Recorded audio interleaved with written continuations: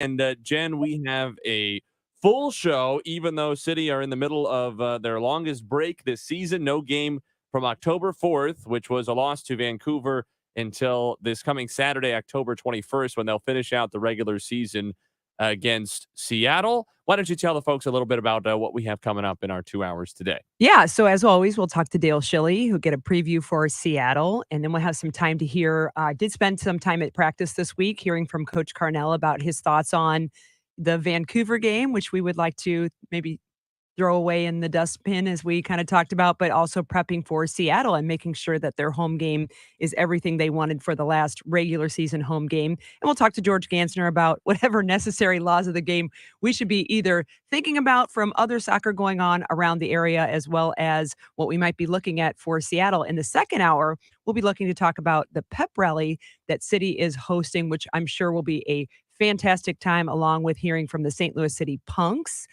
There are more than one supporters group in that supporter section, and the Punks are part of them, along with a familiar voice that we should be back to hearing in the stadium, and that would be Dan Sweeney, who you often hear probably as you're entering City Park as the voice of all that is happening with announcements at City Park. Just one regular season game left for City, who already we can crown as the regular season Western Conference champions. Very little left on the line for City in the game against Seattle, except for the fact that Seattle are one of the top teams in MLS. Bradley Carnell talked about that this week. Also one of the top teams in the Western Conference this season. And potentially some seeding issues could be sorted out as far as the overall standings. Cincinnati and Orlando will both finish ahead of St. Louis in the overall standings. They're from the Eastern Conference. Philadelphia and Columbus could potentially catch City as well. So City could finish as high as the third highest point total in MLS, as low as the fifth highest point total in MLS. That wouldn't play any role unless City were to win the Western Conference playoffs and make it all the way to MLS Cup, but would determine home field advantage in MLS Cup. So not completely irrelevant. That is all that would be on the line from a practical standpoint for City, but certainly they'll want to have themselves going to the playoffs on a high note and making a statement against a Seattle team that dominated them in the Pacific Northwest earlier this year. Take a quick break. We'll talk to Dale Schilly about all that and more when we return. Just getting going, the St. Louis City Soccer Report on the voice of St. Louis, KMOX. Your garage door is always there for you, rain or shine. Are you taking your garage door for granted? Is it screeching and whining for attention? Trust Overhead Door Company of St. Louis to keep your garage door reliable. Maybe the old weather stripping needs replaced to keep out the cold and hot air. Call Overhead Door Company of St. Louis, trusted here since 1926. For same-day service, call 314-781-5200 and schedule online at overheaddoorsstlouis.com. Now, Y98 presents 90 and 60, a look back at the St. Louis City match against the Vancouver Whitecaps. Presented by Ponce Health Sciences University, creating new pathways and careers in healthcare. Whitecaps have attracted the ball deep on the City's side. Goal tries to cross the ball inside the box. Now a shot. It's just wide of the crowd. Oh, Jackson tries to recover it. Instead, it's Marcanic who wins the ball away from Shop. Bounces it top 18. ACL shot. It's tipped up and over the bar. Back post header. Oh, Ben Lute. Incredible diving save, and it's cleared over the sideline by Marcanic. Oh, baby. And that will ultimately do it. Vancouver Whitecaps 3, St. Louis City SC nothing. This has been 90 and 60. Presented by Petland. Up next, St. Louis City returns to City Park to face Seattle October 21st. Together Credit Union pregame at 7:30. Kick at 8 on your home for St. Louis City Soccer. Y98. Aspiring to be a doctor? Didn't score well on the MCAT? Gain all the confidence you need to succeed at Ponce Health Sciences University. PHSU west of City Park on the corner of Jefferson and Market prepares students for every aspect of a medical career. A Master of Sciences in Medical Science degree. An MSMS from Ponce prepares students for the coursework, the time commitment, and the rigor for a future in healthcare. Learn more at stlouis.psm.edu. That's stlouis.psm.edu. Marie, is that you? Oh, hi, Barb. How you doing? Better now. Did you know we had a little health scare with Jeff? Oh, no. What happened? Well, he had been short of breath and was really tired a lot of the time. He just thought he was getting old and was out of shape, but it turns out it was heart valve disease. How did you figure it out? He finally went to the doctor, and she was able to listen to his heart and detected the problem. I didn't realize it, but heart valve disease is more common than you'd think. They were able to replace the valve, and he's feeling so much better now. Oh, I'm so glad to hear that. More than 5 million Americans are diagnosed with heart valve disease every year, but most people know nothing about the condition, and it can be deadly if untreated. That's why it's important to listen to your heart and ask your doctor if your symptoms may be due to heart valve disease or if you're at high risk.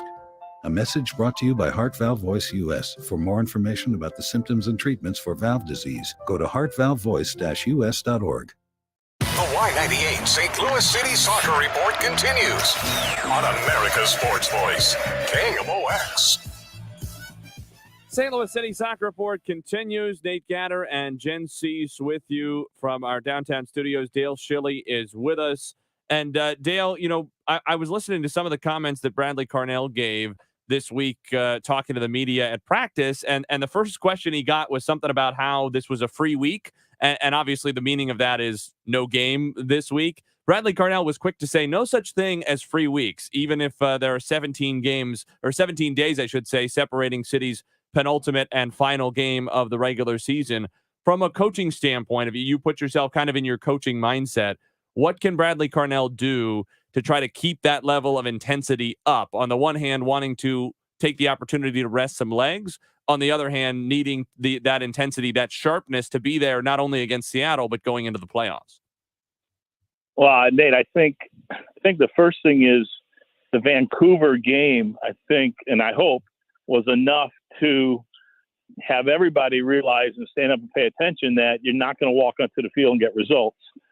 So you have to work, you have to build towards something in training.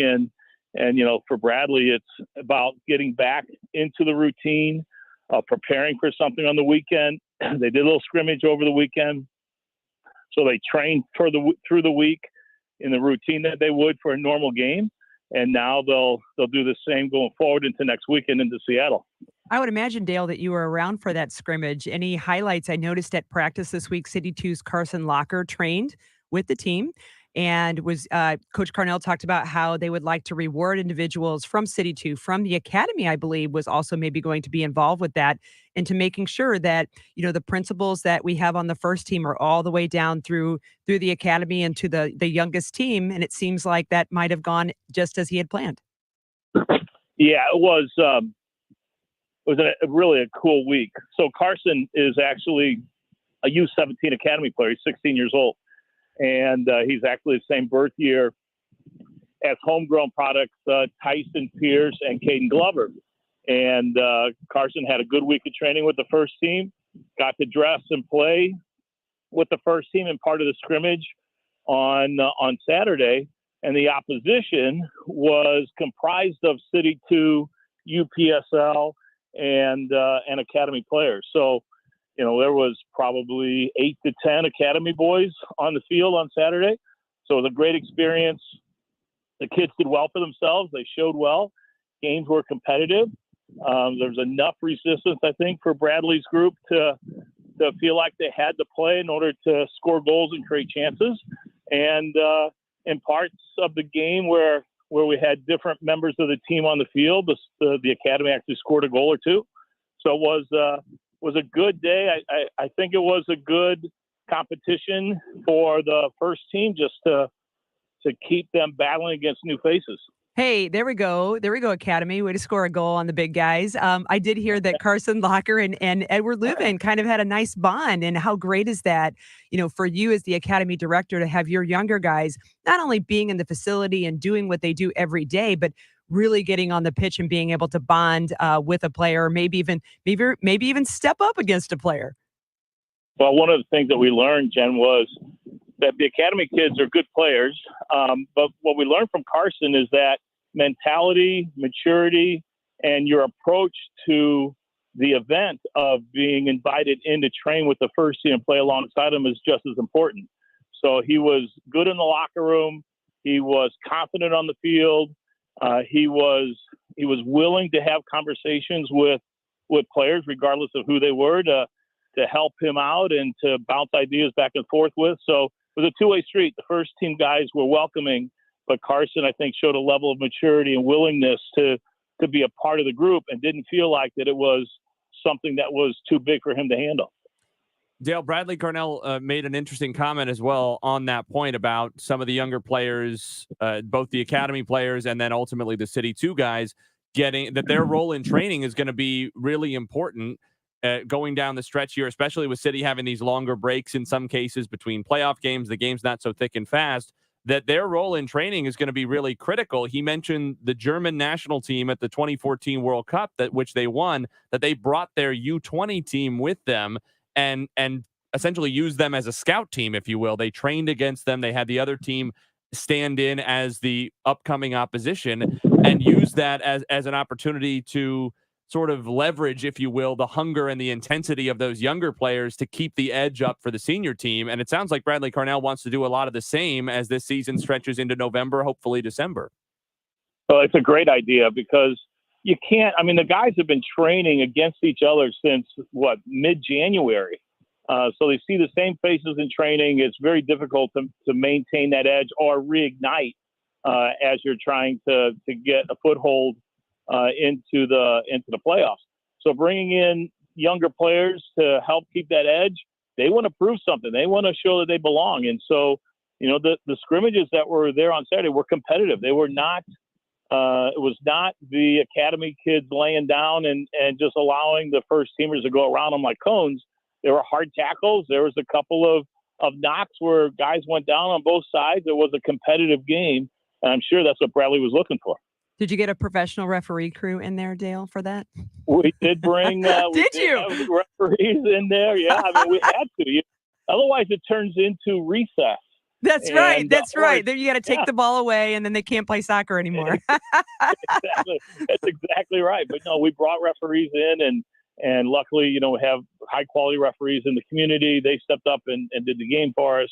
So yeah, it was a good exercise. I can't even tell you how special it was for the academy kids. And a number of them really did well for themselves and showed that they do belong and that they do have the ability to play at that level. Now, can they do it consistently is a whole nother question, but they do have the ability to compete. I believe at one point in time, I interviewed Johnny Klein, and he actually said exactly what you said, that when we were talking even City 2, he's like, sometimes the differences aren't so great, but it is a matter of, can you do it? You can step up to any practice or any game maybe and perform and do it for a short period of time, but that consistency over time seems to be the prevailing theme in terms of stepping up your level. Yeah, well, we played 4 times 30 minutes the other day, and Bradley had a group. I'll call it a top group, but some guys are missing. Indy's missing, Jabulo's missing, so we'll call it a top group. So we had a group for the first 2 times 30 minutes. Tim Parker was in that group, and every time Tim Parker got called on to defend in an individual moment, he did. On the other side of the field, a couple of the academy guys got called on, as you can imagine, to defend in individual moments, and they were successful a couple of times, but then a couple of times they kind of lost their way, over anxious, over committed, and so the consistency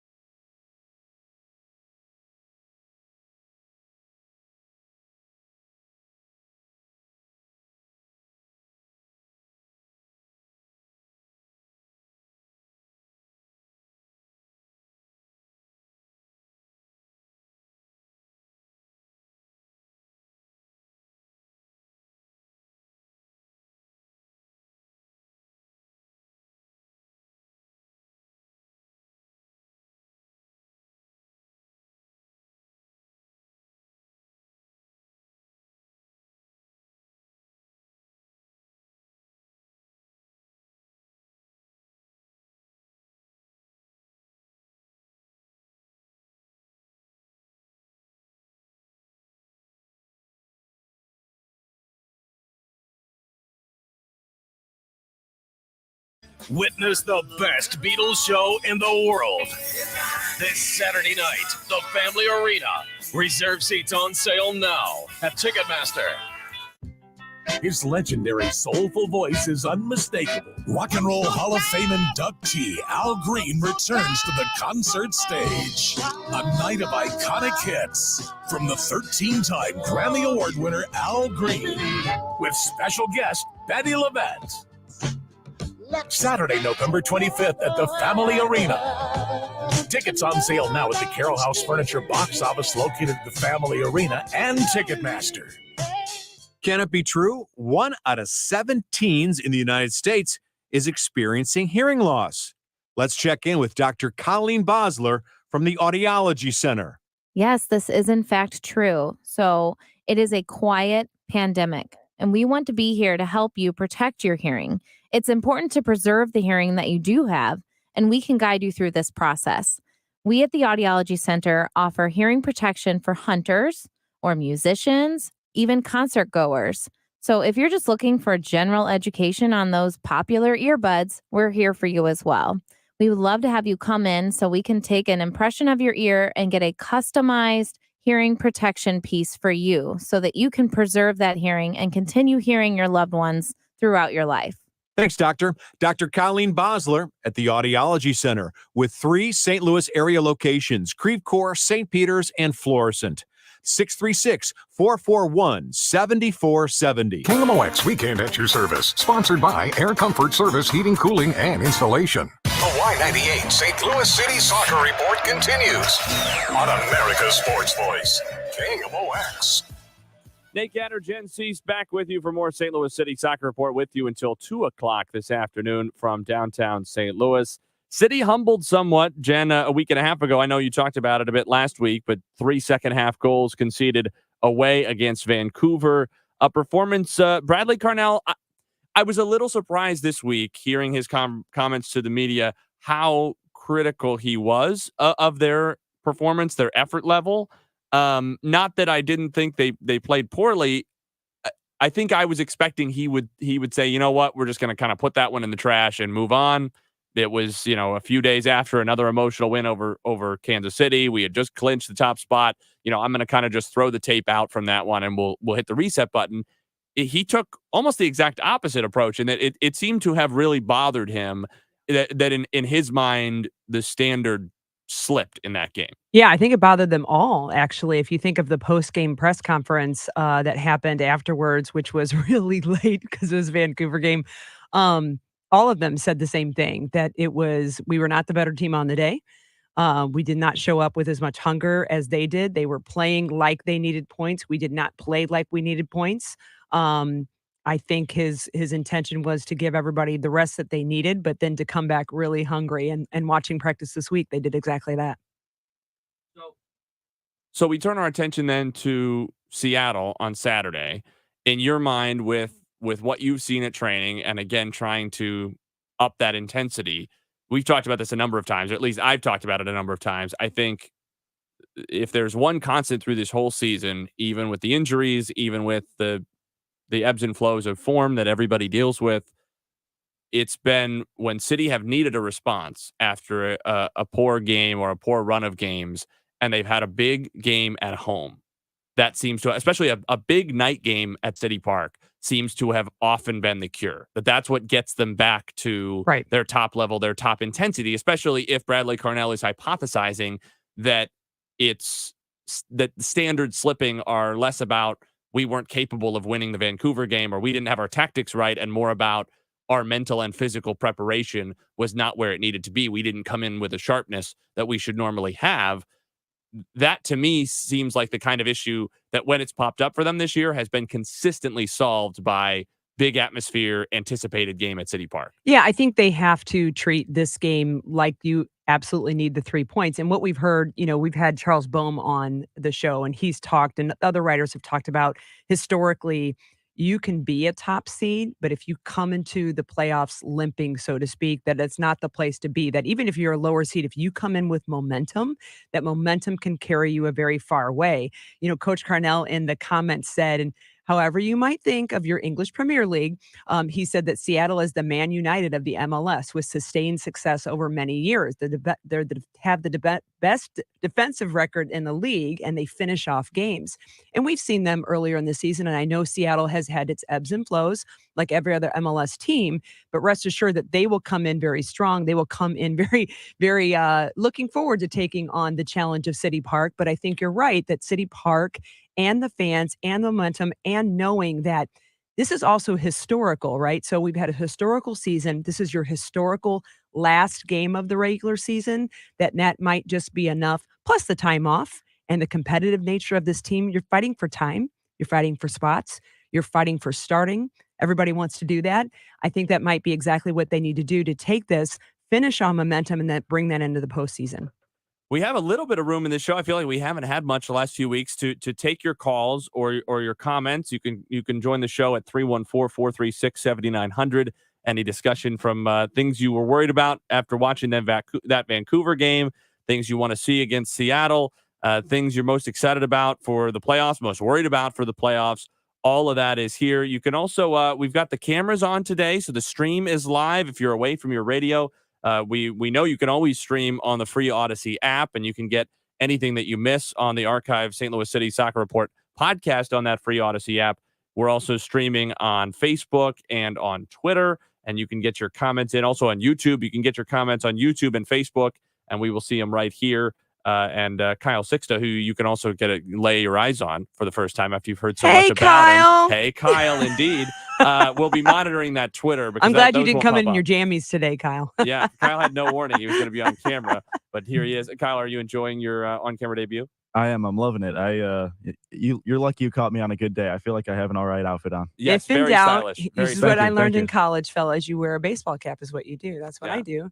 On days like this. I think that shirt cost Kyle at least $11. So that is he's styling right now. I don't have it like that. $11. That's a little out of my price range. Hey, and I need to be getting me one of those city fleeces that you have there. Where Yeah. did you get that from the city store? Yeah, That looks very nice. I try to rep. Yeah, I got it. It was a gift actually before the season, because I'm not a bandwagon. I like gifts. So, turning our attention to Seattle, I think you make a good point, and Bradley Carnell makes a good point, which is that this is Seattle. Not only do City fans remember having been humbled, now it was an undermanned City team, but having been humbled 3-0 back in April, that was in the immediate aftermath of the Klaus injury. City tried to go 5 at the back in that game, which really did not work. An idea that was pretty much trash canned then for the remainder of the season. Right. Yeah, we never saw that again. We've seen it very occasionally Nah, closing out right. games. I don't think they've started a game with 5 at the back since then. It just did not go well. And Seattle have found their form. At least they've been consistent down the stretch of the season. They haven't lost a game since August 20th, 2-0 against Atlanta, which was the tail end of a rough run of form for them when they lost 3 games in a row and 4 out of 5. But since then, draw, win, draw, win, draw, win, draw. So they've only conceded 1 goal in their last 3 games, and they have not lost in their last 8. So this is going to be a challenge for City. I think this is what makes me think, too, because both teams will have had a long layoff. Seattle most recently played Vancouver as well. Vancouver played St. Louis on Wednesday and then Seattle on Saturday. Tough week for them, and they got 4 points out of that. They beat City at home, and then they got a point in a 0-0 draw away against Seattle. So well done, Whitecaps. But City will have had 17 days off. Seattle will have had 14 days off. So both teams should be rested, with the exception, as Dale said, of any nagging injuries. And both teams will be thinking the same thing. We want to make sure our sharpness is where it needs to be going into the playoffs. And I think both teams will feel they have a little something to prove to themselves. City, in terms of we need to show that we're not 3 goals worse than Seattle like we showed in April. And Seattle will be thinking, chances are, if we want to win the Western Conference, that path is going to go through City Park in the playoffs. A lot of teams have not handled City Park well. We need to prove to ourselves that we're capable of winning here, because there's a decent chance that's going to be required.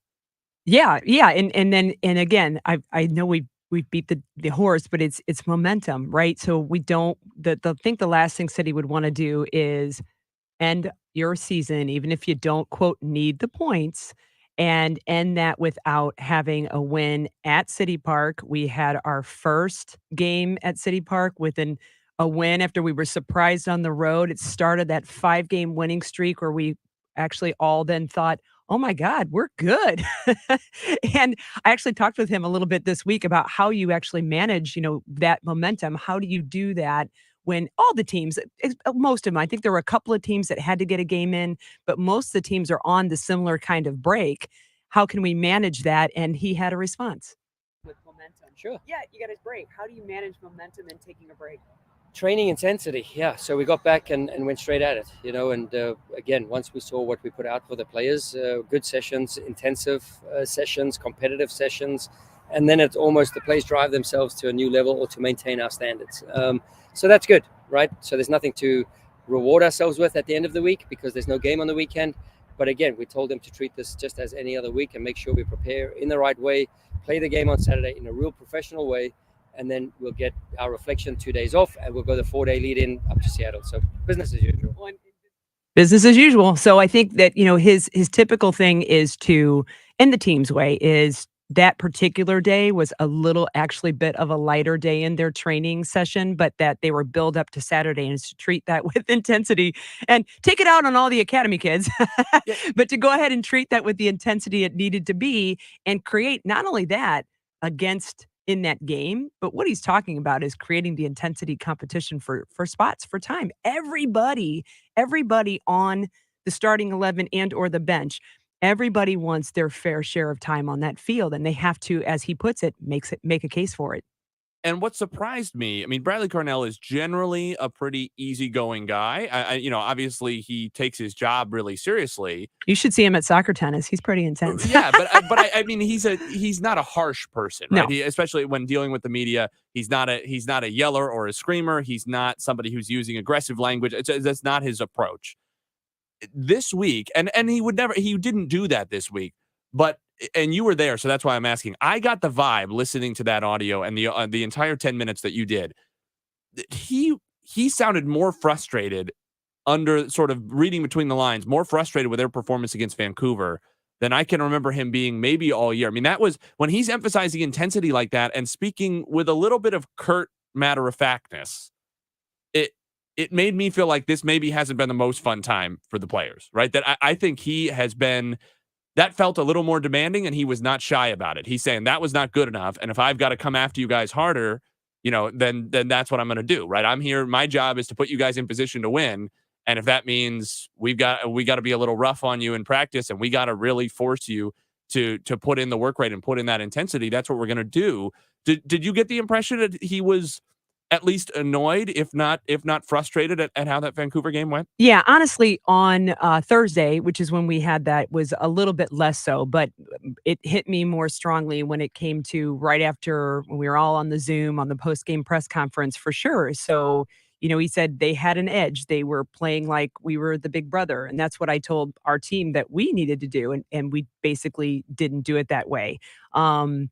He also made the point, which I thought was really interesting, that, we didn't look like ourselves. This game and Real were RSL were games that we didn't look like us.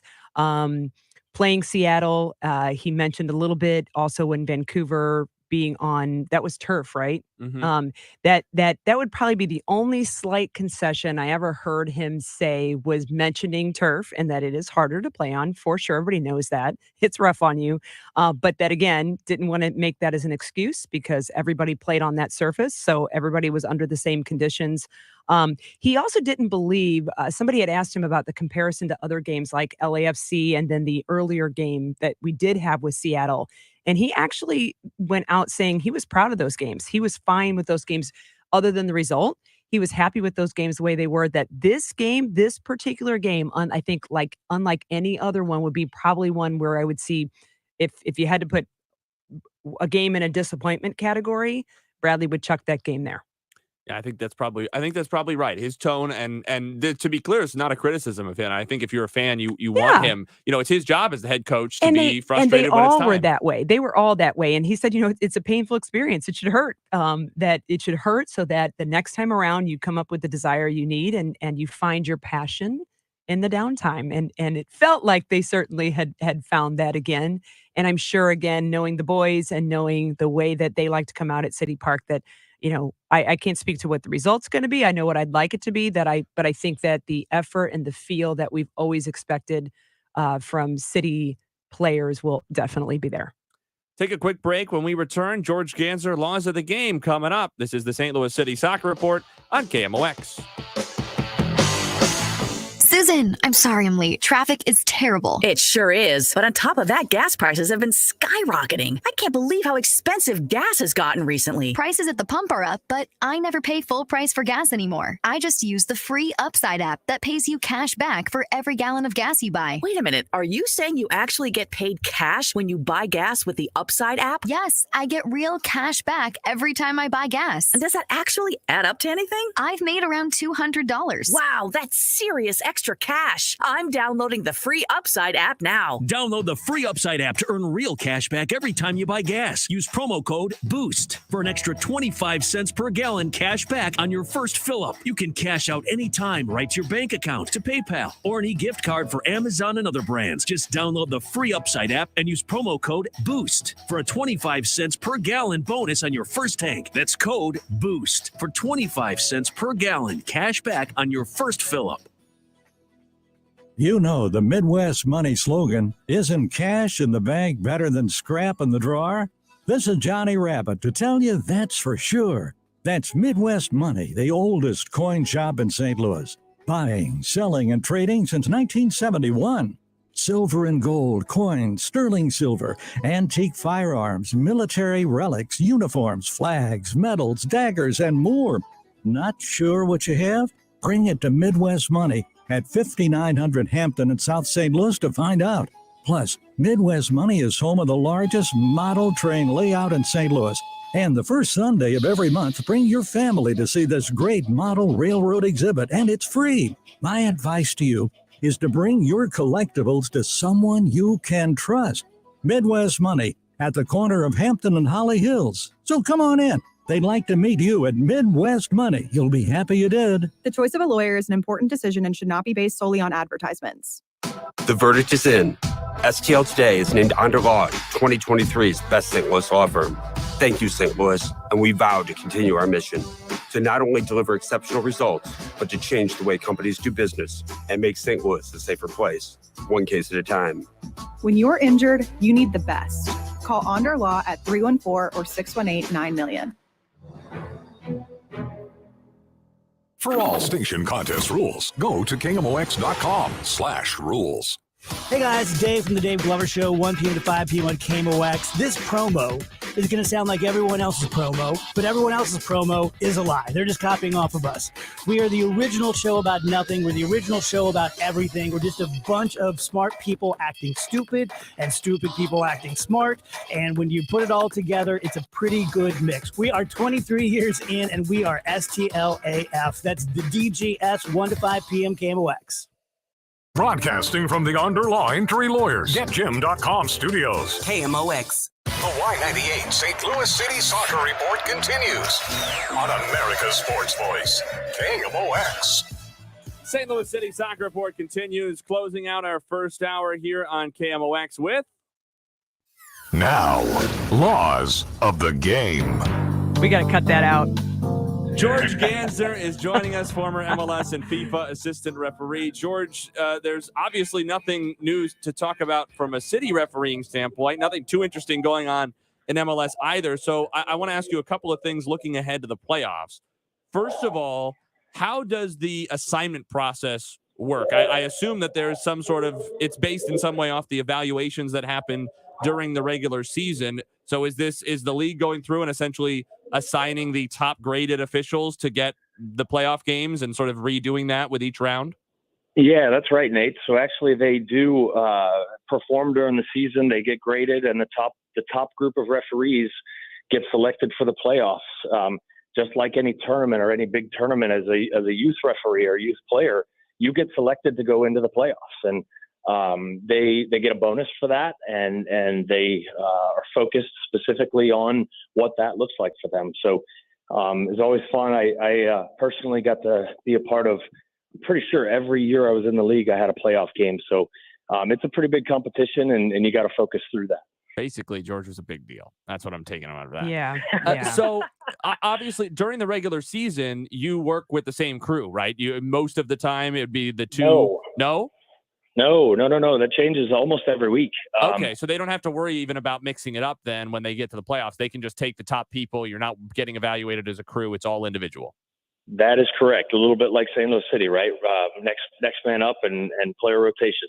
What's the rationale, considering how much communication, and we're going to get to this a little bit as the segment goes on. I'm not sure people understand just how much verbal communication is happening between all four officials, in some cases, maybe even the VAR at times, like even just continuously throughout the game, especially between the four on-field officials.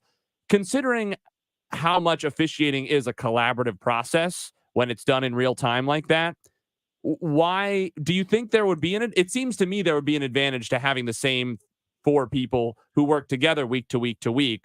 What do you think what are the reasons that outweigh that advantage in the sense that what's the reason to mix it up, and why is that reason stronger than whatever value there would be in sort of the chemistry that develops over time between one group? Yeah, so we thought at one time there was some value in it as well, right? And in particular, when the international referees are going to tournaments or things, they will start to work people together to get some consistency and some flow. There's lots of things going on, right? I mean, you've got all kinds of logistics of people live in different parts of the country. Maybe they've seen the crew has seen a team a time or two over the past couple of weeks. You can change a lot of those things up by switching things up, and it's really not that hard to have that type of communication and work together. The laws are the same. You're applying the laws the same way. The referee is the one in charge for that game. So as an assistant referee, you're simply adapting to how the referee is calling that game. And you know what? Each game is different, right? Every game gets played a different way. So having the same crew doesn't necessarily make a big difference in the overall process. So in terms of, I remember this very differently though, George, from when you were kind of coming up and through. I remember the teams of referees often staying a little bit more together. Is my memory serving me correctly? It is, but that was more because of the international game, Jen. Okay, so when it comes to like a next man up mentality, so to speak, with the referees, there is something to say about team synergy, right? And so I know the different referees that you worked with, you had a cadence, you had many times the way that, you would talk to the referee, or the way the referee would prefer that you step in or don't step in as assistants. How do you make up for the lack of that? Everybody does know the laws of the game, but people work together very differently. How can they make that cohesion happen so that everybody can have a good game together? Yeah, more than likely these men and women have worked together throughout the season, right? At one point, it's really rare that you go into the playoffs and have a crew that really hasn't worked together. There is a cohesiveness that can happen. In fact, off the field, that cohesiveness is as important, if not more important, than it is on the field. Understanding somebody's pregame routine, what they like to do, when you're supposed to be where, those kinds of things. All of that stuff helps. But again, I think for the most part, when we start to look at these crews, you could go back and say, okay, in some way, shape, or form, these folks all work together at some point this year, and they are the best referees going into the playoffs, and that's what you want more than you want necessarily a group of four who have worked together regularly. So I do want to turn our attention away from MLS for a minute, and I know you guys touched on this last week, and I try to stay MLS focused when possible. But there was the big officiating controversy a couple of weeks ago in the Premier League between Liverpool and Tottenham, where a Liverpool goal was called offside on the field. They went to VAR. The VAR very quickly saw that the Liverpool forward was onside and the goal should have been given, but there was a miscommunication and the VAR thought that the goal had been given on the field. So instead of saying the goal is good or in some way communicating actually the player was onside, all he said to the referee was check complete, because he thought that the goal had been given on the field and that they just needed to confirm the call stood rather than they needed to overturn it. And by the time, a few seconds later, you can hear it on the audio that's since been released by the Premier League.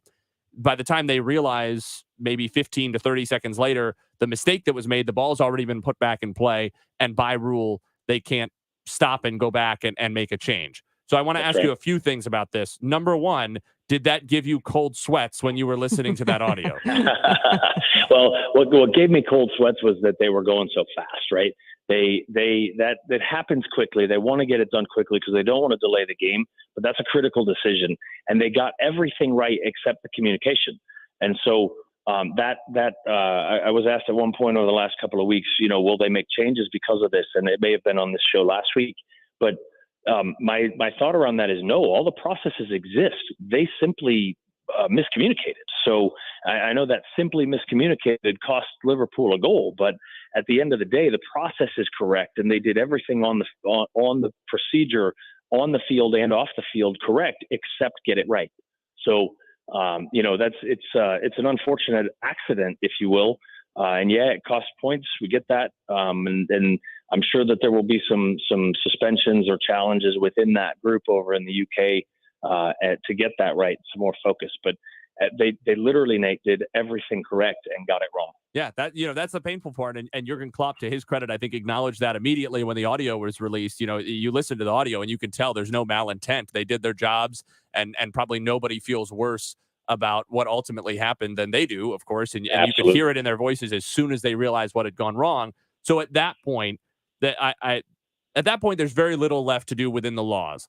I saw some people propose that they should have still told the center referee, and the next time the ball went out of play, he could have tried to inform the coaches, tried to inform the captain. Sometimes we see kind of, I don't want to call it street justice, but the players sort of figuring these things. The teams can figure this thing out themselves. Would Tottenham have consented to, say, allowing Luis Diaz to score the goal that he should have had? So we could have tried to resolve.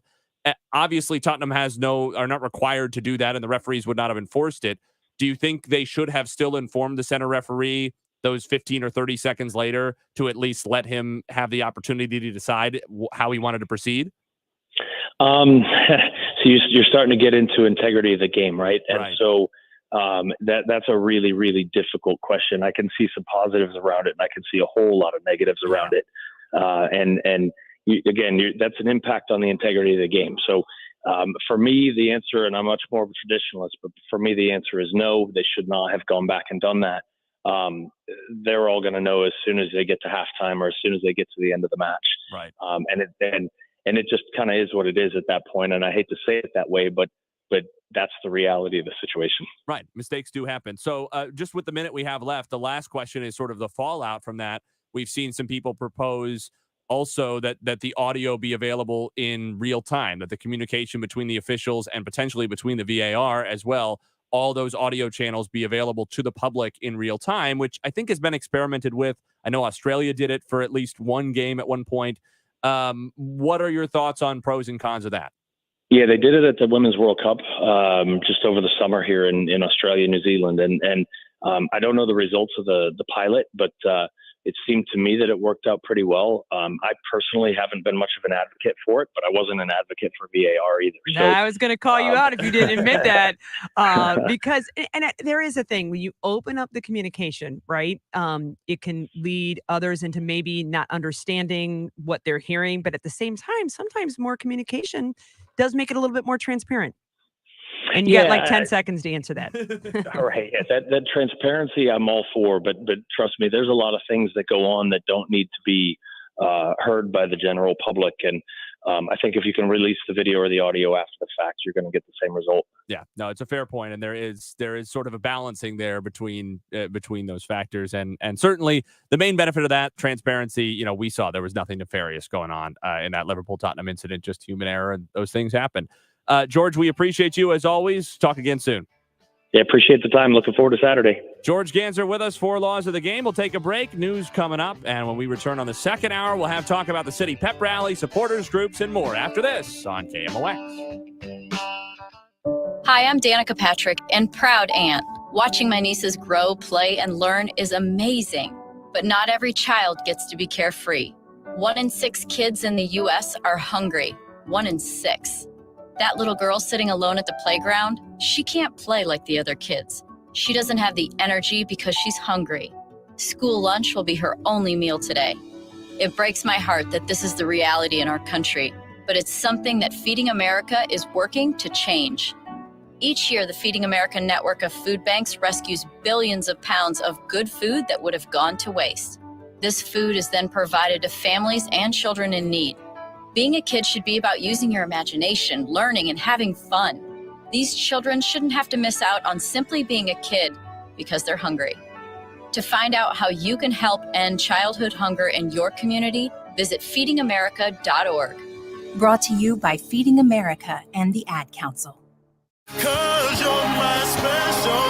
Studdard and Clay Aiken. 20, the tour.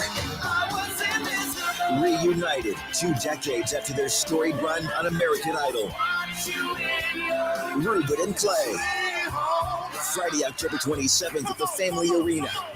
Tickets on sale now at the Carroll House Furniture box office, located at the Family Arena or at Ticketmaster. Ruben Studdard and Clay Aiken. John Michael Montgomery. Live. The multiple Grammy, CMA, and ACM award winner. John Michael Montgomery with McBride and the Ride. Friday, October 20th at the Family Arena. Reserved seats are on sale now at the Carroll House box office, located at the Family Arena or Ticketmaster. John Michael Montgomery, live in concert. The IRS definitely ramped up operations since the pandemic slowed them down, and activity only increases from here. Hi, this is Lance Story with the Lance Story Law Firm. If you're currently under audit or you haven't paid your taxes in the past, now's the time to call the Lance Story Law Firm.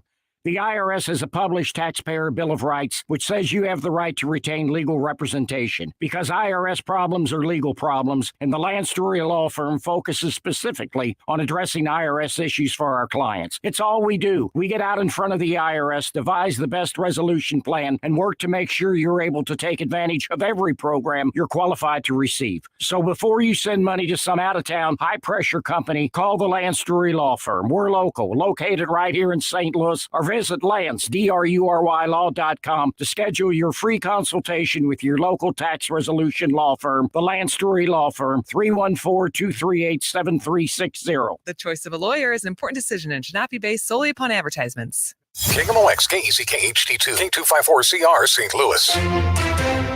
Your home of the Chiefs, KMOX. Always live on the free Odyssey app.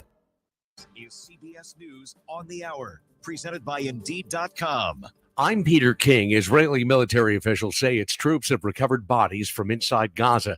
This is Lieutenant Colonel Peter Lerner. Special forces, ground forces, tanks, artillery, in order to seek and find people that may have been killed in the escape or in the exchange by the Hamas terrorists on the Gaza side of the perimeter. And that was the goal of the operation. Egypt says it'll open a border with Gaza to let humanitarian aid in and to allow people to escape there.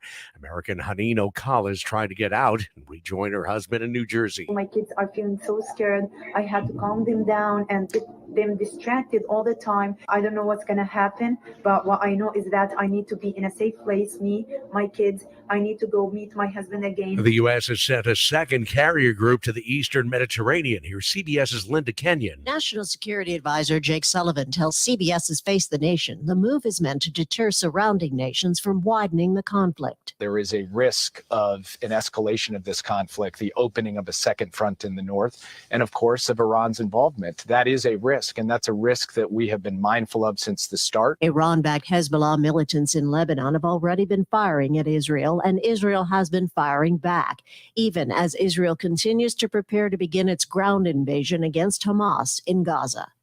Linda Kenyon, CBS News, Washington. Ohio Republican Jim Jordan wants the job, but not even a GOP majority can guarantee that he will be elected House Speaker. The seat has been vacant for nearly 2 weeks. South Carolina Republican Senator Lindsey Graham tells NBC's Meet the Press it's time to get moving. If I were in the House, I'd vote for Jim Jordan tomorrow. He's a good man, but we need to get a speaker. Gunshots are probably the last thing anybody expects at a state fair. Tammy Stallcup was near the food court at the Texas State Fair in Dallas when it happened last night. I mean, it was pop, pop, pop, pop, pop. I mean, it sounds like what you hear gunfire sound like every time you see anything on the news like this. Police say they arrested the suspect who shot and wounded 3 people. The injury is non-life threatening. The fair reopens in about an hour. Taylor Swift's career is as hot as it gets right now. The entertainer did a cameo last night on Saturday Night Live, and now her concert movie is a blockbuster. People come up to me and they'd be like, "You gonna just like do a show with like all the albums in it?" And I was like, "Yeah, it's gonna be called the Eras Tour. See you there." Swift's film has earned nearly $100 million at the box office on its opening weekend. It's had the 7th biggest opening of the year and is already the top-grossing concert film of all time in North America. This is CBS News.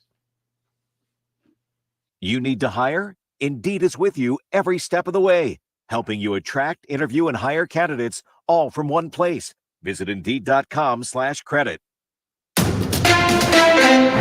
Mid-America's most trusted source for news. KMOX. At 103, we have 57 degrees downtown at the Arch. I'm Stuart McMillan. Our top story this hour, KMOX News continues to bring you a variety of local reaction to the conflict between Israel and Hamas. On Saturday afternoon, a group of about a dozen held a news conference downtown asking peace-loving Americans to lobby the federal government to use its influence to safeguard the lives of innocent children and civilians in both Gaza and Israel. Wally Amusa is co-chair of the locally based Campaign for Human Dignity. If your faith can justify an unjustifiable denial of food, water, and medicine, then you need to go back and check that faith again. It's not faith. That is cruelty on a massive level. Amusa called for the blockade of supplies to Palestinians in Gaza to end immediately and for innocent civilians to be allowed to stay in their homeland. Brad Choate, KMOX News. KMOX Republican political analyst John Hancock says the Middle East is becoming a powder keg for violence. It has the potential to expand substantially beyond Israel and Hamas. Democrat Michael Kelly says the Biden administration has done what it can to try to stop the spread of it. Restrictions to the rest of the world saying, hey, this is not something that you should get involved in. If you do, know that we're there to help keep you out of it. The placement of aircraft carriers nearby is one method for that. Illinois governor office receives many gifts, but J.B. Pritzker refuses them, according to Associated Press review of records. Fans, grateful constituents, and appreciative advocates have sent the two-term Democrat 566 presents, valued at nearly $17,000 since he took office in 2019. Those items have ranged from a $950 bottle of Japanese whiskey. Also, under state law, Pritzker or any other Illinois governor could keep some of them if he wanted, regardless of the source, as long as they are worth $100 or less. We are told most gifts fall below that line. Your weather for this afternoon, clouds and a sunny break or two, as we're seeing right now downtown St. Louis. As about showers as possible in the area, but mostly it's going to be rain-free, says AccuWeather. High of 60 today, 46 the low tonight. Tomorrow's high 64. Tuesday, still nice and pleasant, 67 the expected high on Tuesday. Right now, 56 degrees in St. Peters, 57 in Florissant, 57 downtown at the Arch. I'm Stuart McMillan, KMOX News. For a limited time, First Community is offering a rate of 5% annual percentage yield on a 12-month or an 18-month certificate of deposit. Take your pick. You can open a CD with as little as $500, and there is no limit. Unlike some high-risk investments, CDs are fully insured to keep your savings safe, and the return on your investment is guaranteed.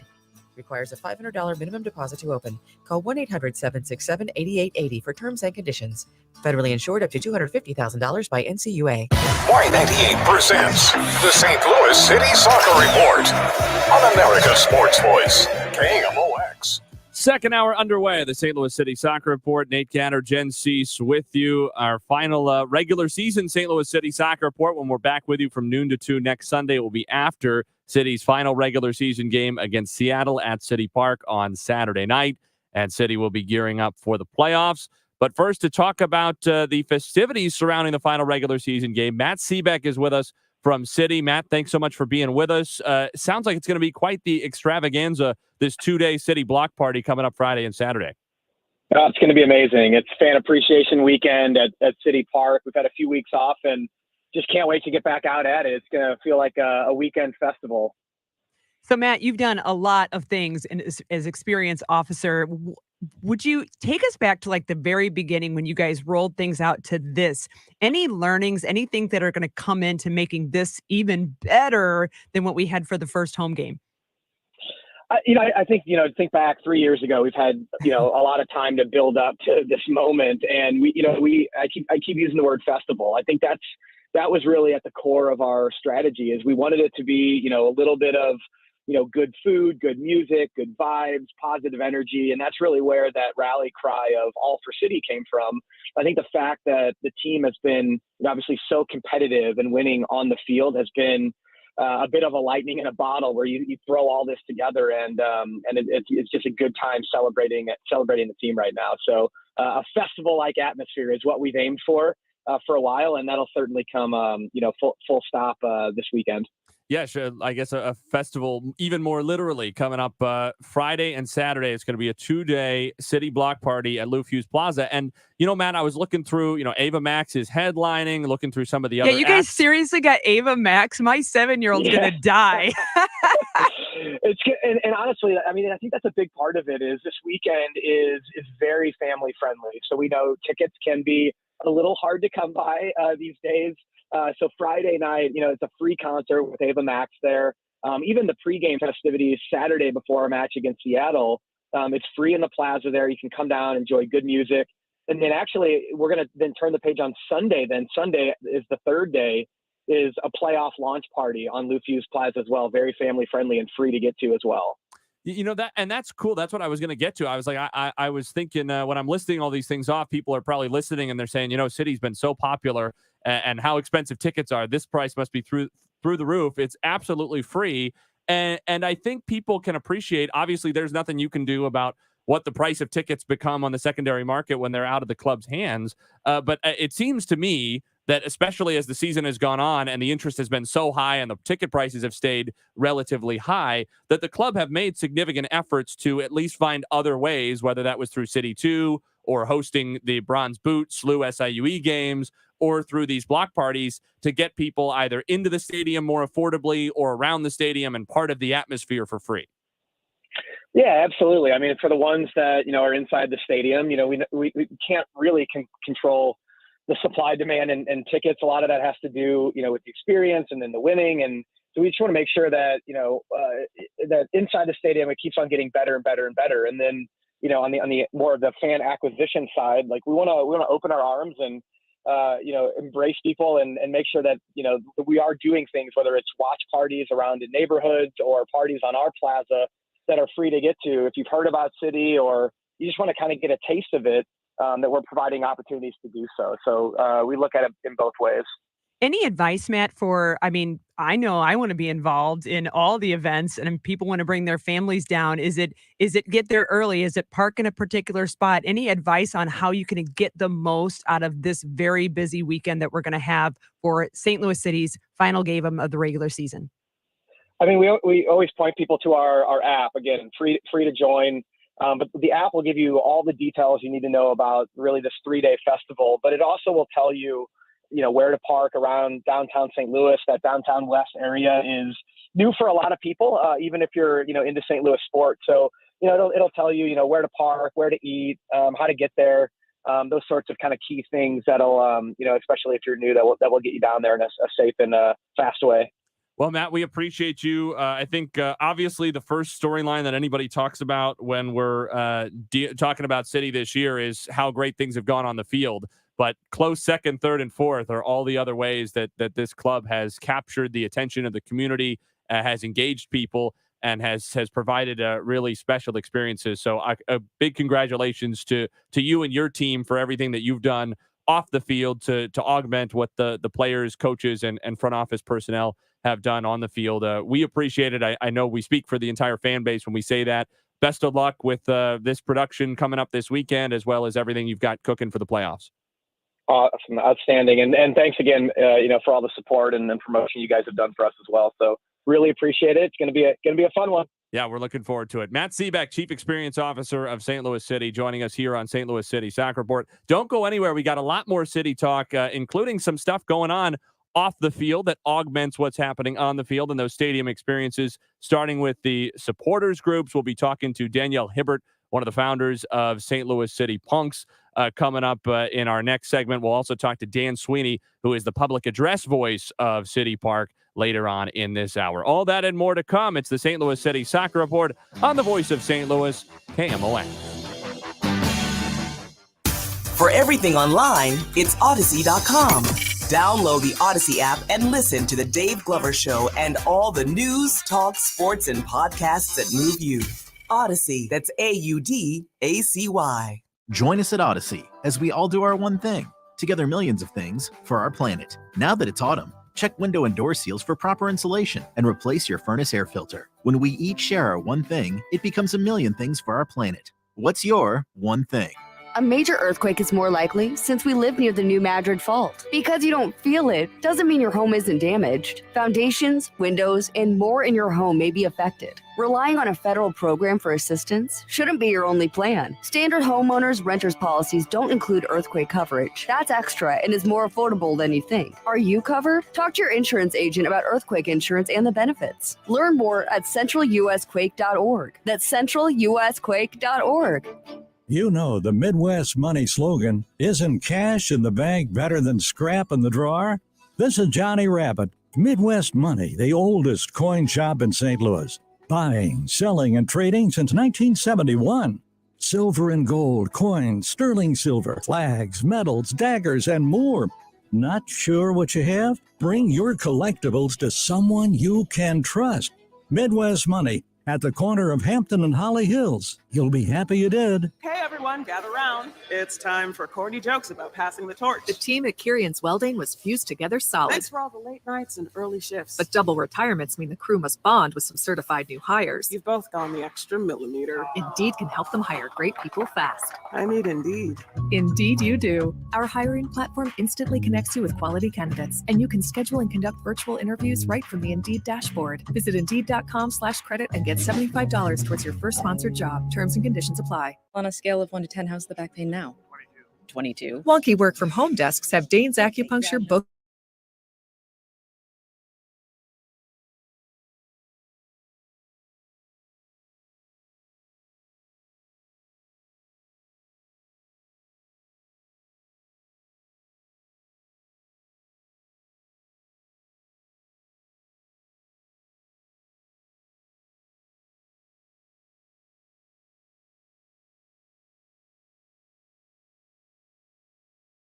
America's Sports Voice, KMOX. More St. Louis City Soccer Report. Nate Gatter, Gen C's with you from our downtown studios. We talked about the City Block Party coming up Friday and Saturday, a free event on Lou Fusz Plaza. Ava Max is headlining.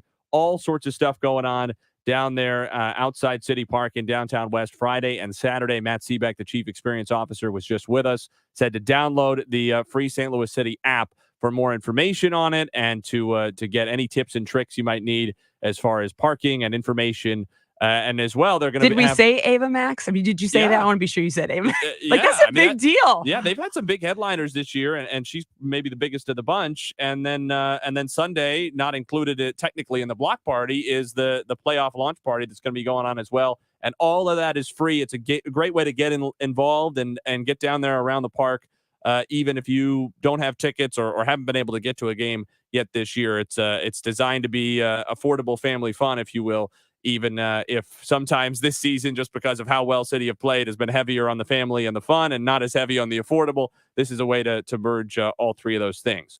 So with that in mind, talking about kind of everything that we do to support St. Louis City, Danielle Hibbert is with us now. She's one of the co-founders of St. Louis City Punks, who are one of the supporters groups that you see down there in the supporters section with the smoke and the flags and the beating on the drums and everything going on. I think, Danielle, first of all, thank you for joining us. And I think a lot of people think of the supporters section as sort of one big blob that's all the same, right? In reality, and I don't use the word fragmentation, sort of has a negative context, but in reality, it's more piecemeal, I guess, that there are a bunch of different supporters groups that on the one hand come together to support City, but on the other hand are still their own independent entities. Can you kind of give us the crash course for dummies, if you will, on how that works?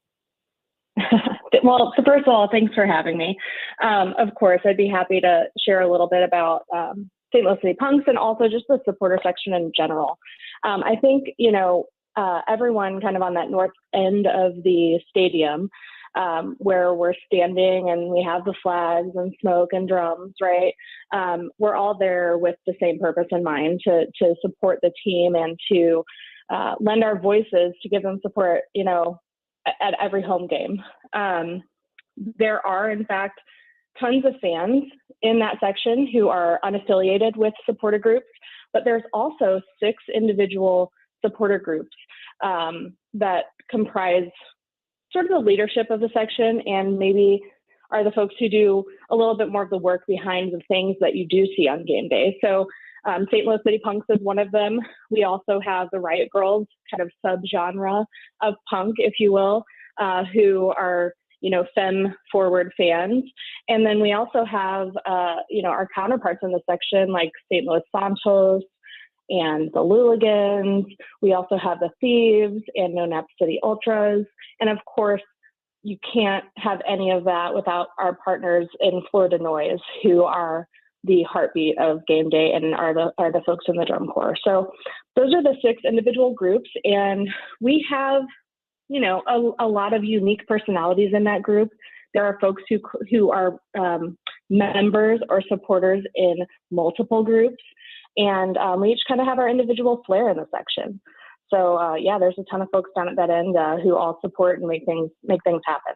So Danielle, this phrase I'm going to use has a different connotation now, but I was at a St. Louis City caravan that KMOX and Y98 hosted with Indiana Vasilev over at a Hot Shots and on the Cleed station, and I ran into some punks, and by that I mean I ran into a couple of members from your group, and I found it interesting in a couple of ways because I learned some information I hadn't known. One, that your group, I believe, kind of charges a small membership fee. In other words, you gotta put some skin in the game to get involved with the punks. And 2, if I understood it correctly, I believe one of your members of the punks was also involved with Fleur de Noise. That it seems like you can be a member of some of these groups, but also maybe have membership or have involvement in the work it takes with Fleur de Noise. How does that work together? Mm-hmm. Yeah, absolutely. So with St. Louis City Punks, we are actually the only group, I believe, in St. Louis that charges a membership fee. And we have that structure for a very specific reason. First of all, we are a 501c3. We support mental health and suicide prevention organizations with the funds that carry over from merchandise that people purchase from us. And we also use that membership fee to support some of the operations that we have, like when we purchase flags, or if we are running like the website, that type of stuff. So our funds kind of go to that. But the membership fee also allows that individual to, to your point, have skin in the game as well. But also we ask them to acknowledge our code of conduct, which is very similar to the fan code of conduct for MLS. But we really hope that our members are really good, fantastic representatives in the section and want to make sure that we know who they are, and that if there is ever, something unfortunate that comes up, that we can go back to those individuals and say, hey, we had you sign this code of conduct and we really want you to represent us better. How can we help you do that later? So we do have the membership fee, but our members absolutely are involved in other groups. So Fleur de Noise being one of them, it's kind of a mashup of all of the groups, really. The drummers and capos are there from other groups. That's so I right. think there's a Yeah. couple. That's who I think I Yeah. think I met a member who was up on the stand with maybe one of the megaphones, and he was trying to explain what he did and how he's involved with the 2 different ones. Yeah. Yeah, so, the capos and drummers, they're all from different groups on game day. Punks absolutely have some folks who are either on the drums. We have someone who plays the trumpet, I believe, up with Fleur de Noise. And then we have a few folks who are capos. And then there are absolutely folks from other groups who do those similar jobs in the section, because the point is for us to all be one big voice and, group on game day to represent the team, represent the city. Danielle, we appreciate you being with us. Obviously, there are a lot of layers that go into this. Can you explain, though, for somebody who's maybe a little bit overwhelmed by all the different groups and all the different priorities and the things that the group cares about outside of soccer as well, just what the first step is. If you want to get involved, how can you get more information? And then if somebody decides it's for them, what's the best way for them to at least attempt to become a part of your group or one of the others? Sure. So if you are interested at any point in checking out what supporter groups are all about, game day is absolutely the best time to come check out what's going on. So there are the St. Louis Santos and St. Louis City Punks who hang out at Pepper Lounge over on Locust, just a block from the stadium on game day. We have our tent set up. You can come talk to our members, have a conversation, and check out our merch table. We also will absolutely share the details about how to get involved with our group. You can follow us on social media at SL City Punks on X, formerly Twitter, and Instagram. Yeah, right. Yeah, and then there's also a website with the same name, so slcitypunks.com. So that's how you can find out more about us. We actually have closed membership for the year to make sure that we can prepare for next season, but we will have a special membership pack and be launching our membership options for 2024 shortly. And then the other place that you can talk to supporters and learn more about the groups and meet people who are in them is over by Schlafly Tap Room. So on game day, there are some of the other groups that hang out there, but we're all within a block of each other. And then we all march into the stadium together on game day. So those are some great ways to just show up, come talk to some folks, get to know us, and usually when that happens, we start to see people come hang out again and, lend their voice to the section. And we are happy to bring anyone to the table and help them and, learn about the fan experience that we have and the work that we do, but also share that with them. Curious, Danielle, before we let you go, is a game like Saturday? We just got off the phone with Matt Seebeck talking about how big, right, Saturday is going to be. And I feel like, in a way, almost every home game feels like big, but this is the close to the regular season. It's going to be a massive block party. Does anything change for any of your groups in the supporter section in terms of what you do, or is it kind of business as usual for what you have always done for the regular home games? Yeah, I mean, I think it is business as usual because we're going to show up, we're going to give it our all that day to make sure that, our voices are heard loud and clear through the stadium and that the team knows we're there to support. But, it's the end of the season. So we're also, going to go, and it might be a little bit more of a party-like atmosphere than, you might see on a Wednesday night game, for example. It's decision day for MLS. We don't have the pressure of, not knowing that we have a spot in the playoffs, best in the West, but we are celebrating the first season of this team and celebrating this wonderful experience that we've all shared together all season long. So I'd expect this Saturday to be a really fun party and, a big spectacle as well. So we're really looking forward to it, and we will be waving those flags for the full 90 and making sure that the noise is loud and we're representing St. Louis well. Well, I guarantee you I'll be in the booth there for the game, and I always hear when you guys are coming. We thank you for what you do. Of course. Well, really appreciate y'all having us on, and we look forward to, seeing some new faces, maybe stop by Pepper Lounge and say hi, get to know the Punks and what we're all about. You can find us with we're the ones with the vests, the denim vests. That's right. I remember. Yeah. Should be a lot of fun. Danielle Hubbard of St. Louis City Punks joining us here on the St. Louis City Soccer Report. You heard how you can get involved and stop by and say hi to them this weekend when City finish out the regular season against Seattle. We'll take a break and return with one more important piece of the City Park atmosphere at home games, and that's the public address announcer for St. Louis City, Mr. Dan Sweeney, joining us next on KMOX. Following the Dave Glover Show at 5 o'clock, it's Total Information PM. Hey, I'm Michael Calhoun. Check in with Kevin Wheeler and me for the latest news and information. Roger covers your commute. Dave Murray's got the forecast. Matt Pauley has sports. We'll take deep dives on local issues and help you be a smarter consumer. At 5:30, the CBS Evening News helps you understand what's happening around the country and the world. Total Information PM at 5 o'clock, right after Dave Glover on the trusted voice of St. Louis, KMOX. Explore Vladimir Putin's formative years in the new Odyssey original podcast, About a Boy, the story of Vladimir Putin. Join host Julia Yaffe, Puck founding partner and Washington correspondent, as she explores why Putin's childhood is critical to understanding the Russian president and the brutal social code by which he lives, and how that biography can help inform what he might do next in the war against Ukraine. Listen and follow About a Boy, the story of Vladimir Putin, an Odyssey original podcast. Available now on the Odyssey app or wherever you get your podcasts. Welcome to Willie's Wings, home of the secret sauce. I'll take a dozen wings. Oh, by the way, I love that sauce. What's in it? Can't tell you. Why not? It's a secret. While many financial advisors claim to have the secret sauce, they don't. In fact, if their sauce is so good, why are they keeping it a secret? Steve All of the All Financial Group doesn't keep anything a secret. He knows there's much more to retirement planning than stocks, bonds, and mutual funds. He'll develop a strategy designed specifically for you. It's your own secret sauce for retirement. Call Steve today at 636-230-8824 for your personal portfolio x-ray. Call 636-230-8824 or online at yourmoneymattersstl.com. Fine, you want to know what's in the sauce? Absolutely. Tablespoon of paprika. Really? Investment advisory products and services made available through Impact Partnership Wealth, LLC, IPW, a registered investment advisor. Insurance and annuities offered through Steve All, NPN number 153-07419. Susan, I'm sorry I'm late. Traffic is terrible. It sure is. But on top of that, gas prices have been skyrocketing. I can't believe how expensive gas has gotten recently. Prices at the pump are up, but I never pay full price for gas anymore. I just use the free Upside app that pays you cash back for every gallon of gas you buy. Wait a minute. Are you saying you actually get paid cash when you buy gas with the Upside app? Yes, I get real cash back every time I buy gas. And does that actually add up to anything? I've made a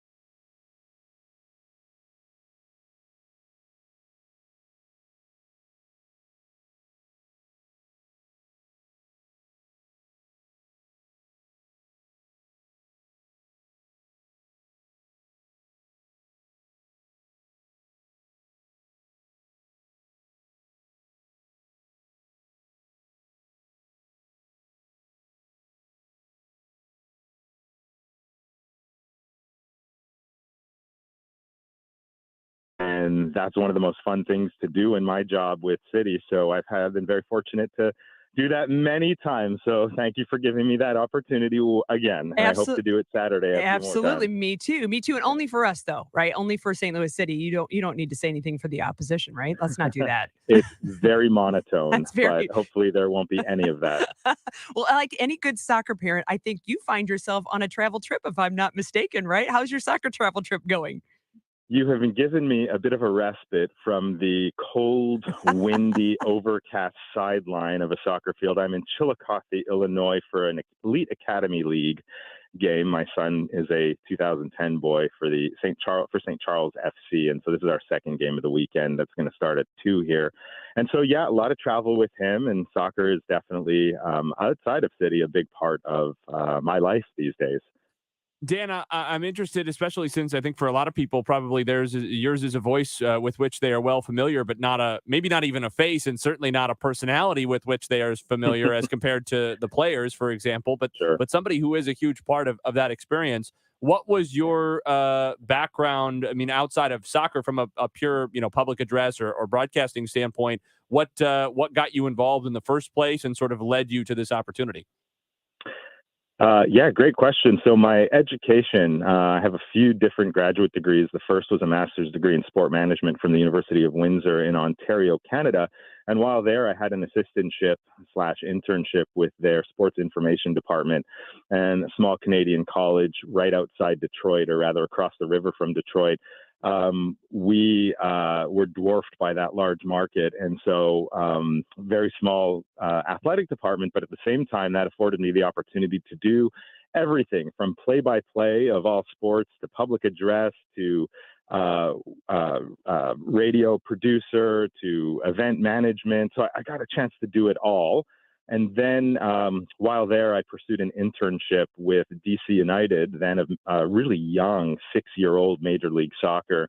And one day, the public address announcer couldn't make it, and our director of operations, Dennis Lee, asked the interns, "Hey, who can do this?" And I raised my hand immediately. The chance to do public address announcing at RFK Stadium in Washington, D.C. was something that was really exciting. And that night, I did it. And once that season was over, their guy didn't come back, and they turned to me full time for that role. So that's how I really got started doing it, and then moving into soccer. And then, of course, once I moved to St. Louis in 2014, it coincided with the start of St. Louis FC in the USL. And so I became their first and only public address announcer at Soccer Park for all those years. Oh, wow. So, yeah, that brings me back. I went to some of those games there. So that is Very cool. hearkening back to that. So, Dan, think about, I'd like to bring you back to the very first home game. I think it was March 4th? Where St. Louis City was home. Up in the booth, we had Don Garber, the commissioner of MLS. So many things were happening, and so many things were yet to be figured out, right? Like the process definitely wasn't streamlined. What stands out to you as the biggest differences between the first game, besides us winning a bunch of games, of course, and this last home game of the regular season for you as the stadium announcer? There are many things, both from a personal comfort perspective. I had been doing this job in various capacities in a lot of different places, but for some reason, that first game, I found myself quite nervous. And there's obviously positive nerves and things that help you perform, but it was almost like I felt the moment that we had been waiting for a long time here in St. Louis, and the build up to this and the pause from COVID. And I think I recognized just how almost cathartic the moment was for St. Louis. And it actually made me nervous. And so from a nerves perspective, I'm much calmer than I was at that first exciting game. But I've had a chance to get to know and work with all of the folks who are in production with me up at the booth. And really, they've been instrumental in helping me to be better at what I do and how I announce in this particular stadium. And I'm almost spoiled. The stadium is wonderful. The sound system is wonderful, that I've had to almost learn how to trust that the stadium itself and the sound system and the people who I'll give a shout out to Tom Birmingham, who has been instrumental in this, has allowed me to have confidence that I can just be me and not worry about how it comes out. And so we know each other. We work very well together. We're willing to take advice from one another and constructive criticism without any ego. And so it's made a wonderful working transition. And also the live producer there is David Vetter, and he and I go back to St. Louis FC, and we worked side by side there for several years. So we have a good friendship already, and we know how to work with each other and really work well. So from first to last. I can't believe we're sitting here and that we're talking about the last game, though. That's really what's striking me in this conversation. When you ask that question, it seems like it's gone by in such a flash. Dan Sweeney is with us, the public address announcer for St. Louis City at City Park. You'll hear him again on Saturday night when City hosts Seattle Sounders at 8 o'clock in their final regular season game of 2023 before heading to the playoffs. And Dan, I love that you talked about those positive nerves. I think anybody who's done broadcasting or public address or really who's played or refereed or coached or even been a fan, to be honest, but anybody who has worked in any capacity at a big game, at a big event like that, knows what that feeling is, no matter how prepared you are, no matter how well positioned you are to succeed, what that feeling is like when the lights are coming up and you know it's do or die because you only get one shot at doing things in real time. Obviously, that fades over the course of 17 home games plus U.S. Open Cup and Leagues Cup, so 20-odd home games that you'll have had. Do you feel like there's almost a boost of those positive nerves again now going into playoffs because it's kind of, despite all the experience you've now had, it's sort of a different thing? It's a different thing, you know, having the comfort of the season and the many games. The positive, it'll always be nervous when I'll always have that. It's almost a nervous and anticipation, excitement. I'm not any more nervous for the playoffs though than I am for any game, but it's interesting you said that. I would even add to that. You opened with mentioning that I teach at Lindenwood. I'm nervous in every single class I go teach, and I've probably taught thousands of classes in the last 16 years.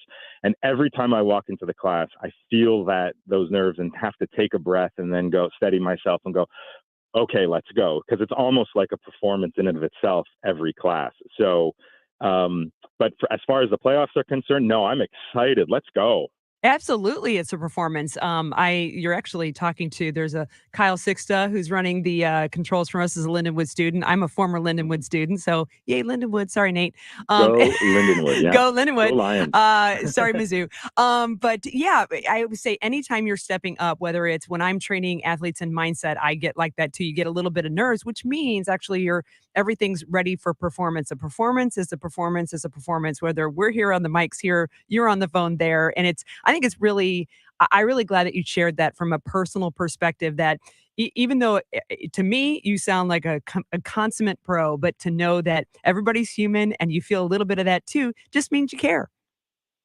You do. And I was a soccer player. I grew up playing soccer, and I played just a little bit of college soccer as a backup goalkeeper. I think I have 2 starts to my name. So, but look even out, growing Roman up, Berkey. You're right. Yeah, no worries there. Although it'd be fun to get on the field. But anyways, that's a whole other thing. But when I didn't feel I can recall times where everything felt perfect and I wasn't nervous, and it just felt, and those were probably some of my worst performances. I don't think I was ready or prepared mentally for playing, though. That little bit of get up, that what do you call it in your eustress, positive eustress? Yeah. Hype. And hype is absolutely necessary. The mental side of performance is, once you have that technical ability, it's really about the mental side of performance. Your head has to be in the game, and you have to be a little on edge, even that little bit of nerves. And so I definitely feel that every time I go to hit the mic. Yeah. So Dan, I don't know if this is a little bit like asking you to pick, a child you love the most or something like that. And I don't want to put you in that position on the air, but I think I have to ask if you have any favorite thing outside of St. Louis City Goal. Is there any, is there a particular favorite name to say? Is there something that you really look forward to the opportunity of announcing? It's interesting. I listen for when I'm doing the starting lineup or when there is a goal call.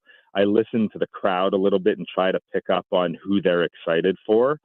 Obviously, that first goal by Miguel Perez at home is one that I think, I don't know how many decibels it reached, but it's one of the louder moments I recall in the stadium. And the moment, it almost took us by surprise, because if I recall, he came on late in the game, and or at least in the second half, and he hit it, and it was, oh, here we go. This is his first. And it was just, I felt that moment, and that was really exciting. Roman Berkey leading off in the starting lineup and introducing the starting lineup, number 1, your captain. And it seems to get a little bit of an extra jolt. Tim Parker seems to be a big name in the announcements. And of course, Klaus. Interesting. Oh, yeah. It seems to be, from what I can hear from up in the booth. What was that like when he came back for you to say that when he was subbing? And that had to be crazy, Klaus. Knowing that he was coming in, it's almost like I want to announce it and then be quiet really quickly and let the fans, like I wanted to hear the roar and let the fans take it. But they knew he was coming on. You know, the fans here are so intelligent when it comes to soccer. They pick up on all the nuances on the field, the small plays. You can hear the excitement from something that's seemingly inconsequential to the uneducated. And so the fans knew he was coming on the moment he was preparing on the bench. And so they almost took it before I knew I could even announce it. You're when like, they hey! put the numbers on the board. I almost didn't want to announce it. It's almost like, okay, I got to do this, but let me get out of the way here. Well, I have a last question. I have a last question for you. Yeah. I want to know, do you practice at home or do you do any announcement for your son's team? Do they expect that from you? It's not at home that I do that because I have to do that alone. It's in the car. Okay, that's fair.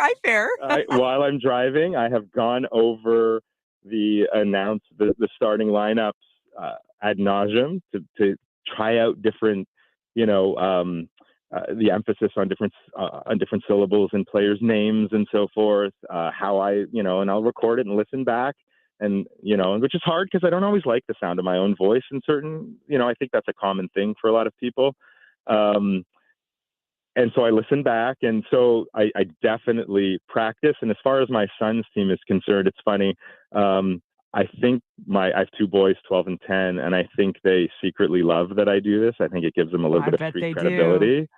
I haven't announced for their soccer team as I'm staring out my window watching them prepare in their warm-ups here for their game.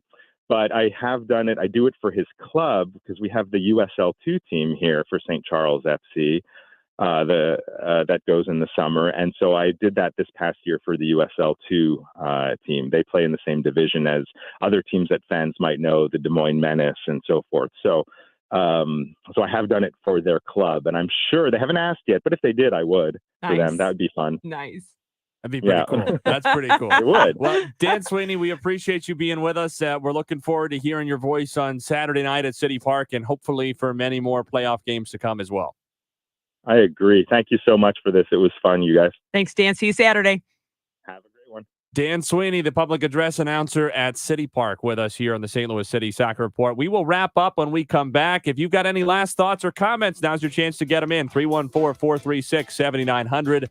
A look ahead to City's Saturday night home finale in the regular season against Seattle Sounders after this on KMOX.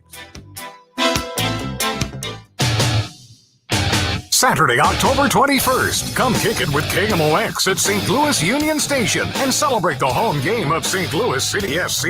The pregame pep rally will take place on the Purina Performance Plaza, featuring live entertainment, soccer-themed games, Union Station attraction giveaways, and more. Afterwards, get closer to the game and visit the pitch at STL Union Station as City SC takes on the Seattle Sounders. Pep rally starts at 4. Game starts at 7:30. We'll see you there. When it comes to your health, you want the best care possible, right? Well, when it comes to your eyes, you'll find that at Ophthalmology Associates. From glasses, LASIK, or cataract surgery, and anything related to eye care, Doctors Greg Birdie, Ranjan Malhotra, Robert Brusati, and Andrew Royer are the best. Dry eye is a concern for a lot of people, and Ophthalmology Associates is a leader in dry eye diagnosis and treatment. They can help you understand your condition and treat it with the absolute newest, most innovative approach. Find out more at youridoc.com. Hate wearing glasses and contacts? Are you considering LASIK surgery? You need to call the doctors at Ophthalmology Associates. Are cataracts a problem? Their doctors use the most advanced multifocal lens to minimize the need for glasses after surgery. This is Rick Wallace, and for 17 years,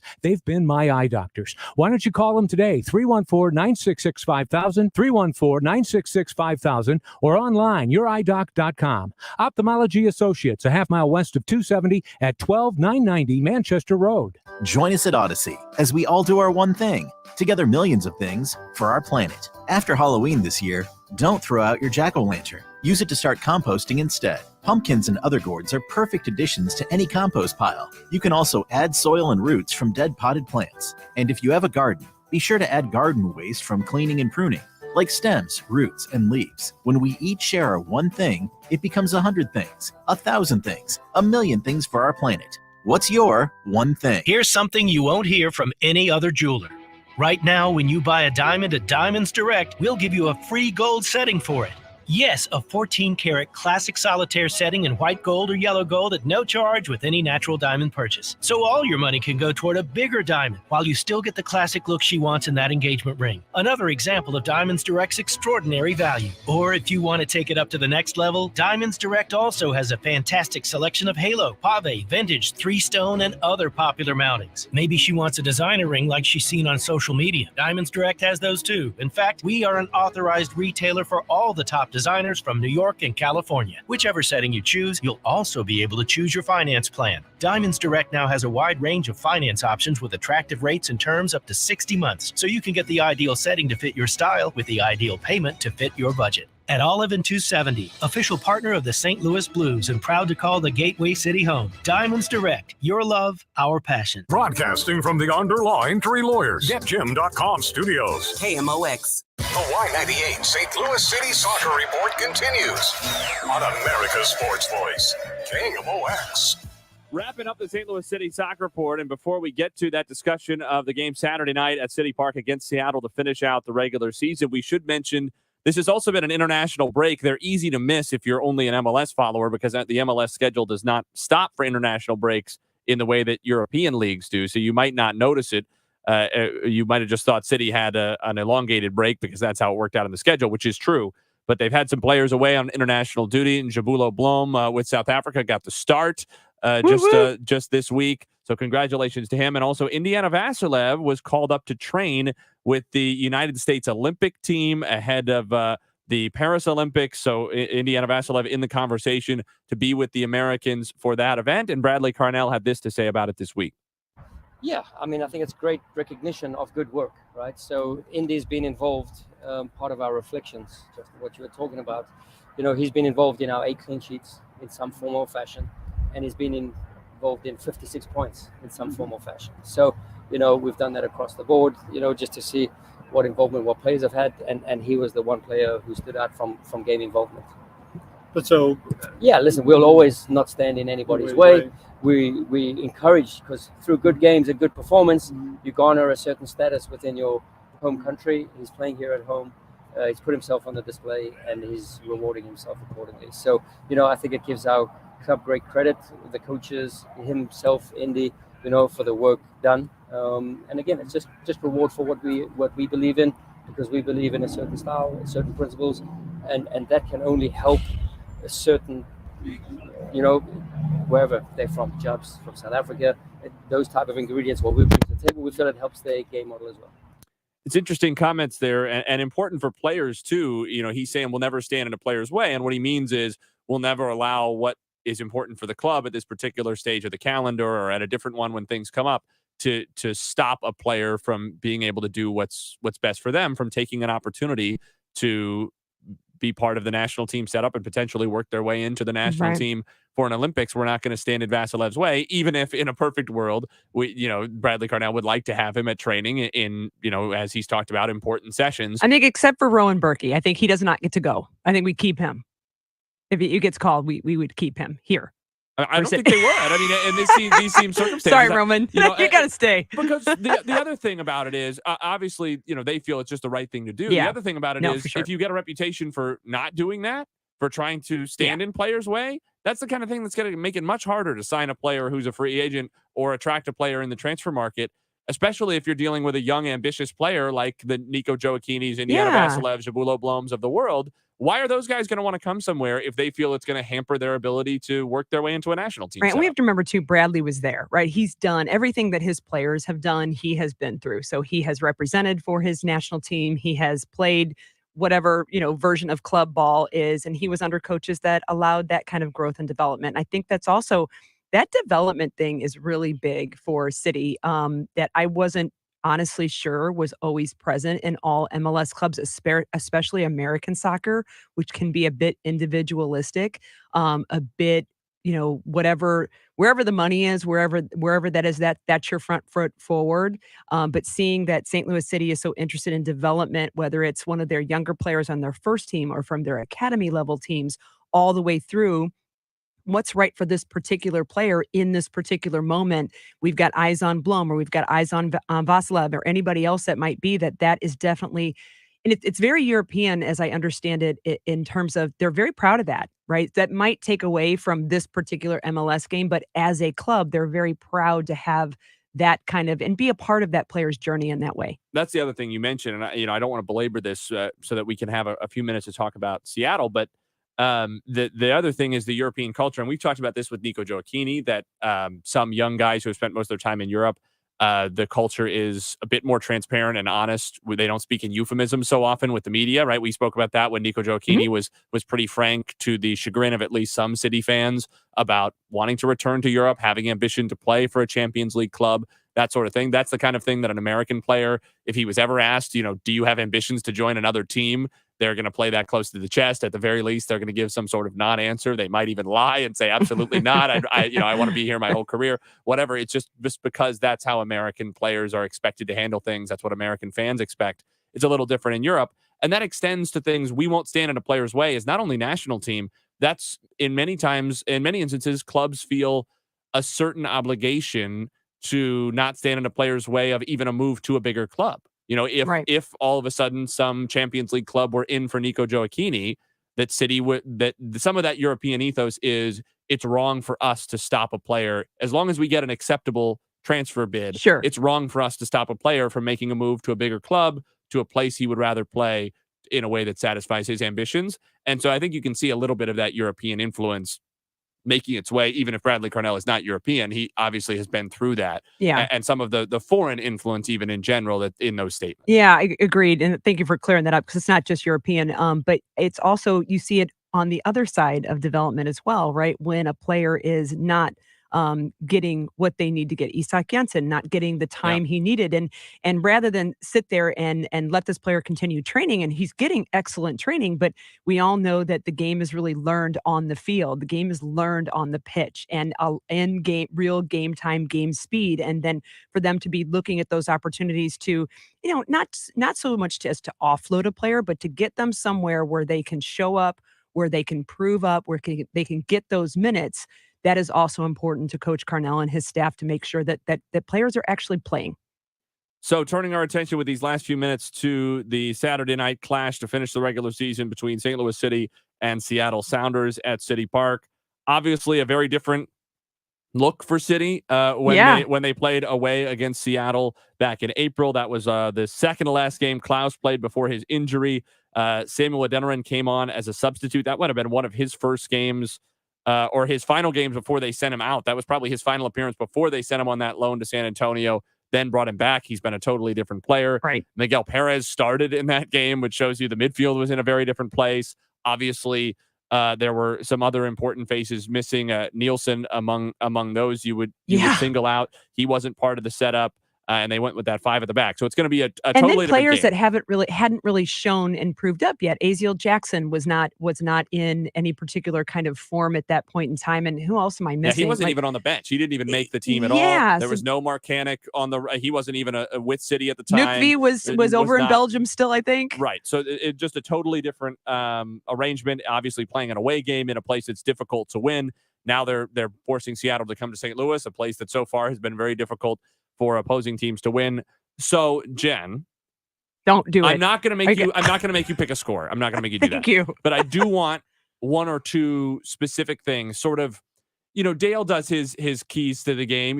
His 3 things to watch. I don't need that necessarily, especially because I don't even care that much if they win. What I want to know from you is, what are the 1 or 2 or 3 things you're watching that will say to you this team's ready for the playoffs? Okay, so what I'm looking for is not that old fast start that City did, right? So that seems to, for a while, have gotten a little lost, where City went out and basically broke teams with pressing until teams figured pressing out. But back to that, maybe that old style of, we've got that full bench, we've got plenty of legs to sink into, we've had plenty of time off for at least most of the players Maybe I think, is sort of still kind of taking care of an injury, but everybody else is pretty healthy to go really, teeth bared, so to speak, go in that full press that we know City Park Stadium loves so much to see. That's what I mean, if I could just pick one thing, I would love to see that, down their jugular in the first 3 minutes of the game, in their end, and possibly, rip off a shot in the first 5 minutes. That would be fantastic.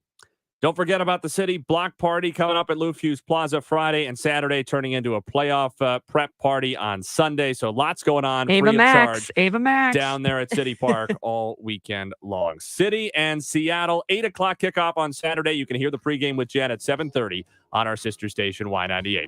Thanks to all of our guests, to Kyle Sixta for running the show, to Jen Cease. I'm Nate Gatter. Thanks so much for listening. Back with you next Sunday right here on KMOX. Every day, there are thousands of people across our region who need help. United Way is here to help. Help feed and shelter our neighbors. Help teach, counsel, and keep children safe. Help families overcome crisis, find work, and stay healthy. Unite with us at helpingpeople.org. The choice